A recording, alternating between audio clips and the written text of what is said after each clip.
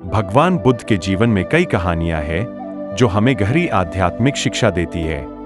आज मैं आपको एक ऐसी कथा सुनाता हूं जो करुणा, त्याग और आत्मज्ञान के महत्व को दर्शाती है। सिद्धार्थ का जन्म और प्रारंभिक जीवन। सिद्धार्थ गौतम का जन्म लगभग 563 ईसा पूर्व लुम्बिनी, नेपाल में हुआ था। वे कपिलवस्तु के राजा शुद्धोधन और रानी माया के पुत्र थे। जन्म के समय ही ऋषियों ने भविष्यवाणी की थी कि सिद्धार्थ या तो एक महान राजा बनेंगे या एक महान संत।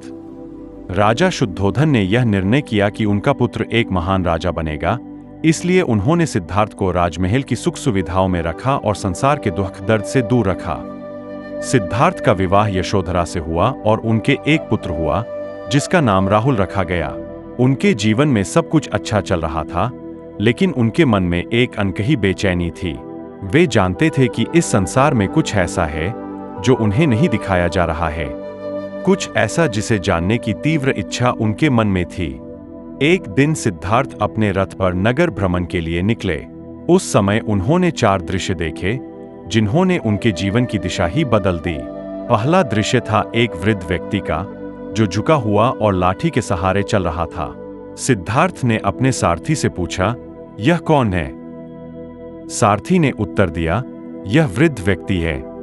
हर इंसान को वृद्धावस्था का सामना करना पड़ता है। यह सुनकर सिद्धार्थ को आघात लगा, क्योंकि उन्होंने पहले कभी वृद्धावस्था के बारे में सोचा नहीं था। दूसरे दृश्य में उन्होंने एक बीमार व्यक्ति को देखा जो दर्द से कराह रहा था। सिद्धार्थ ने फिर से पूछा, यह कौन है? सारथी ने कहा, यह एक बीमार व्यक्ति है। हर कोई किसी न किसी समय बीमारी का शिकार होता है। सिद्धार्थ को इस दृश्य ने और भी विचलित किया। तीसरे दृश्य में उन्होंने एक शव देखा जिसे उसके परिजन शोक मनाते हुए श्मशान ले जा रहे थे। सारथी ने बताया, यह मृत्यु है। हर जीव को एक न एक दिन मरना पड़ता है। सिद्धार्थ की आत्मा इस दृश्य से हिल गई और उन्होंने जीवन के क्षणभंगुरता के बारे में गहरे विचार किए। चौथे दृश्य में उन्होंने एक सन्यासी को देखा जो शांत और प्रसन्न दिखाई दे रहा था। सिद्धार्थ ने पूछा, यह कौन है? सारथी ने कहा, यह एक सन्यासी है जिसने संसार के सुख दुख से दूर होकर आत्मज्ञान की खोज में जीवन बिताया है। इन 4 दृश्यों ने सिद्धार्थ के मन में गहरे सवाल उत्पन्न किए। वे समझ गए कि जीवन केवल सुख और आनंद का नहीं, बल्कि वृद्धावस्था, बीमारी और मृत्यु से भरा हुआ है, और इन सब से मुक्त होने का कोई मार्ग अवश्य होना चाहिए। इन दृश्यों को देखने के बाद सिद्धार्थ ने निर्णय किया कि वे इस संसार की अस्थिरता और दुख के कारणों को समझने के लिए अपनी राजसी जीवन शैली को त्याग देंगे। एक रात जब सब सो रहे थे, वे अपने परिवार और महल को छोड़कर सन्यासी बन गए। उन्होंने साधना के पथ पर चलने का निर्णय लिया। सिद्धार्थ ने अपने जीवन के अगले कुछ वर्षों में अनेक गुरुओं से शिक्षा प्राप्त की। उन्होंने ध्यान, योग और तपस्या की विभिन्न विधियां सीखी, लेकिन उन्हें किसी में भी पूर्ण संतुष्टि नहीं मिली। वे आत्मज्ञान की खोज में और भी गहरे साधना में लगे रहे। अंततः उन्होंने एक दिन बोधगया में एक पीपल के वृक्ष के नीचे ध्यान करने का निश्चय किया और प्रतिज्ञा की कि जब तक वे सत्य का ज्ञान प्राप्त नहीं कर लेते, वे इस स्थान से नहीं उठेंगे। जब सिद्धार्थ ध्यान में लीन थे, तब मार नामक एक असुर ने उन्हें विचलित करने का प्रयास किया। मार ने अपने अनेक भयावह रूप धारण किए और सिद्धार्थ के ध्यान को तोड़ने का प्रयत्न किया। उसने उन्हें भोगविलास के साधनों से भी बहकाने की कोशिश की, लेकिन सिद्धार्थ की साधना इतनी गहरी थी कि वे किसी भी प्रलोभन या भय से विचलित नहीं हुए। मार ने उनके मन में संदेह उत्पन्न करने की कोशिश की, लेकिन सिद्धार्थ ने धैर्य और करुणा के साथ सभी चुनौतियों का सामना किया। अंततः लंबी साधना के बाद सिद्धार्थ को निर्वाण प्राप्त हुआ। उन्होंने 4 आर्य सत्य और अष्टांगिक मार्ग का ज्ञान प्राप्त किया। अब वे सिद्धार्थ गौतम नहीं थे, वे बुद्ध बन चुके थे, जागृत, बुद्धिमान और संपूर्ण ज्ञान के धारक। बुद्ध ने जो ज्ञान प्राप्त किया, वह उन्होंने संसार के सभी जीवों के कल्याण के लिए बांटने का निर्णय लिया। उन्होंने पाया कि जीवन का मूल सत्य दुख है, लेकिन इसका अंत भी संभव है। उन्होंने 4 आर्य सत्य की शिक्षा दी। संसार में हर जीव दुख से गुजरता है। दुख का कारण तृष्णा, इच्छा और आसक्ति है, और आसक्ति को त्याग कर दुख से मुक्ति पाई जा सकती है। अष्टांगिक मार्ग का पालन कर दुख से मुक्ति पाई जा सकती है। अष्टांगिक मार्ग के 8 अंग हैं। 1 सम्यक दृष्टि, जीवन को सही दृष्टिकोण से देखना। 2 सम्यक संकल्प, सही उद्देश्य और संकल्प। 3 सम्यक वाणी, सत्य और प्रिय बोलना।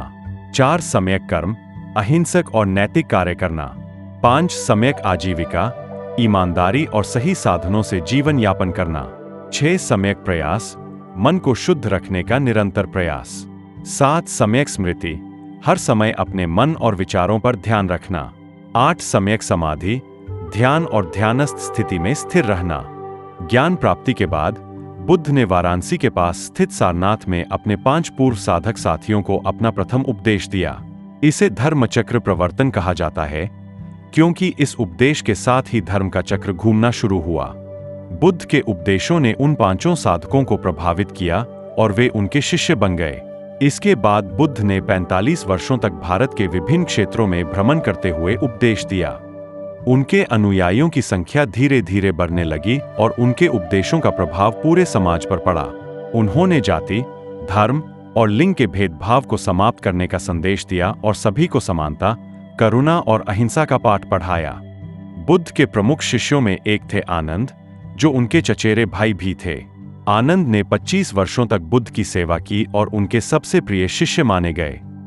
एक दिन जब आनंद बुद्ध के साथ जंगल में यात्रा कर रहे थे, वे बहुत प्यासे हो गए। आनंद ने बुद्ध से कहा, भंते, मुझे बहुत प्यास लगी है, क्या मैं कहीं से जल प्राप्त कर सकता हूं? बुद्ध ने आनंद से कहा, आनंद, थोड़ा आगे एक नदी है, वहां से जल ले आओ। आनंद उस नदी पर गए, लेकिन वहां कीचड़ और गंदगी देखकर वे वापस आ गए।